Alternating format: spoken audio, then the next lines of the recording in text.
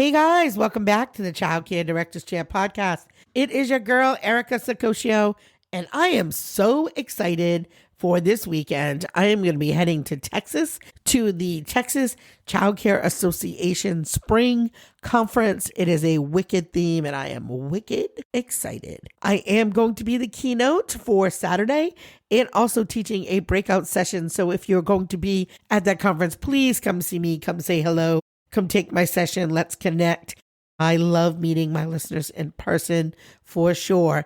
If this is your first time tuning in, this is the place where leaders go to grow. So let's talk about it. But before we do that, I want to give a big shout out to last week's top downloaded cities. ATL, Georgia in the house, always has my back. Thank you. Sydney, New South Wales, Springfield, New England, Middletown, Rhode Island, my friends next door, Jefferson, Georgia, Indianapolis, Indiana, Minneapolis, Minnesota, and always my friends in Croton-on-Hudson, New York, and Vinton, Iowa as well. And my little cousins, or I should say big cousins, over in Boston, Massachusetts. Lots of friends in New England tuning in and abroad. So thank you so much. Today I was talking with my director, Angela, and we are very blessed to have all three of our centers at pretty close to full capacity, like pretty close. Like I think we have like 1 or 2 spots available across 3 locations. And I don't say that to brag. I just think it's the nature of being in business a long time, being in a good location, a variety of things. We do run a great program. But we started talking about money, and we were just talking about even when you're full, you would think that in this business that we're making troughs of money. And we talked about like, where does the money go? And I think that's a question that every parent, every owner is asking. And if families are paying so much, why aren't childcare centers making money? Now, listen, everybody's going to tell you that childcare is a 6, 7, 8-figure business. They're not lying. That's not wrong. That is what you might bring in for sales. But what do you keep after that? So that's important, because when you actually break down the math, the money is already gone before you even see a profit. And that's the part that no one really explains. Not to families, not to staff, and honestly, not even clearly enough to owners when they first get into the industry. Childcare looks like high revenue business from the outside. Tuition is high, demand is constant, and in many areas, wait lists still exist. Certainly in New England, they do. So naturally, people assume that centers must be doing well. But the truth is, revenue alone does not tell the story. Cost structure does. And in childcare, the cost structure is what changes everything. On paper, childcare looks like a strong business. Tuition adds up fast. But here's the reality. Most centers right now are running between 50 to 70% of that revenue right into payroll. And some centers even higher. Rent, insurance, food, utilities, supplies, and licensing eat up most of what's left. And what remains is often just 5 to 10% of profit or less. And that's not a high margin business. That's survival. And in many cases, just aren't even hitting that. Some operate at break even and some lose money. And many owners are reinvesting constantly just to keep things running. Childcare is not scalable like other businesses. You can't just add more customers without adding more staff. Infant ratios can be 1 teacher to 4. Toddlers can be 1 to 6 or 1 to 8. And that means every new child equals more labor cost. And the labor is already your biggest expense. You're locked into a system where you must hire more staff, but you can't raise your prices endlessly, although some will tell you you can. That's a trap. Growth does not automatically mean profit. Sometimes it means more pressure. And here's the hardest truth in childcare. Families feel like they're paying a lot. Staff feel like they're underpaid. And guess what? They're both right. Many childcare workers still earn low wages despite the responsibility that they carry. And why? Well, it's because payroll is already 60% or more of the revenue. And raising wages means raising tuition, and raising tuition pushes out families. So centers are stuck, choosing between paying staff fairly or staying open. And that's not a real choice. And it creates burnout, turnover, and instability across the entire system. And then you add the reality of 2026. Costs are not what they used to be. Rent and mortgages have increased. Insurance premiums, they continue to rise if you can even get insurance. Food costs are unpredictable. Supplies, materials, even basic classroom needs are more expensive than ever. And these are not optional expenses. They're fixed. They're reoccurring and they're unavoidable, whether you are fully enrolled or not.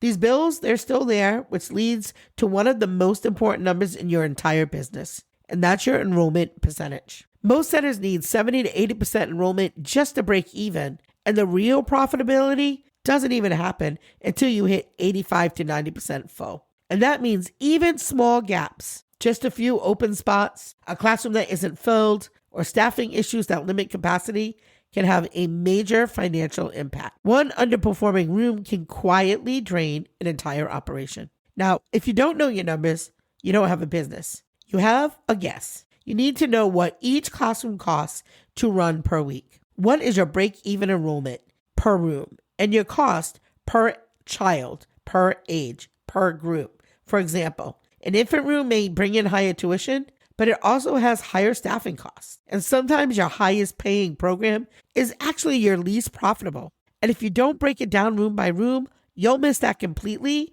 And those blind spots are very expensive. Now, lots of people will just say, well, just raise tuition.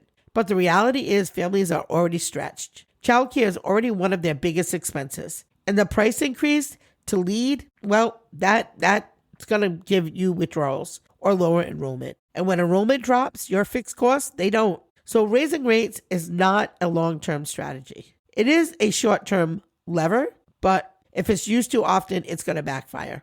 If tuition is your only income, you're vulnerable. Strong centers diversify with before and after school programs, summer camps, enrichment programs like music, sports, language, registration fees, subsidy programs, or grants, employers partnerships. Are there local companies nearby? Because the truth is, tuition alone often doesn't cover the real cost of quality care. Multiple revenue streams are no longer optional. They are necessary for stability. And this is where it gets real. Most owners want to pay a livable wage. They want to offer benefits. And they want to build a stable team. I promise you, they really do. But that math fights you. You are running a business where labor is the product and ratios limit revenue. Costs keep rising and families just can't absorb unlimited pricing increase. So the question becomes, how do you stay sustainable without compromising your values? How do you build something that works for everyone involved? And the answer starts with awareness, but it doesn't end there. It requires strategy, structure, and willingness to look at your business differently. Not just as a center, but as an operation that needs to be intentionally designed to survive and grow in today's environment. If you remember nothing else, remember this. Childcare is not a high profit business. It is a high responsibility, high cost, people-driven business. And to survive in 2026, you need absolute clarity on your numbers. You need discipline in managing enrollment and staffing. You need multiple revenue streams and strategy for wages that balance fairness with reality. Because at the end of the day, it's not that the money isn't there, it's that it's already spent. So today's episode is sponsored by our friends at Global Pure Technology, a distributor of Zono, which is one of the easiest ways to keep your center clean and sanitized. Global Pure Technologies helps childcare centers simplify their cleaning process with solutions designed to save time, reduce workload, and maintain a safe, healthy environment for both staff and children. Our partnership with them for our Early Childhood Empowerment Conference is one that we're really looking forward to. So please stop by their booth. If you're not coming to the conference, you need to grab those tickets.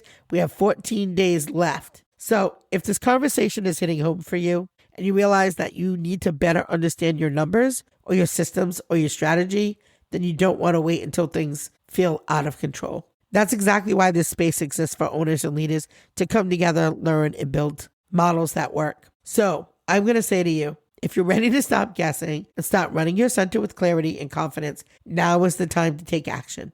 Join us at the Early Education Empowerment Conference, where we're going to dive deep into numbers, exact strategies.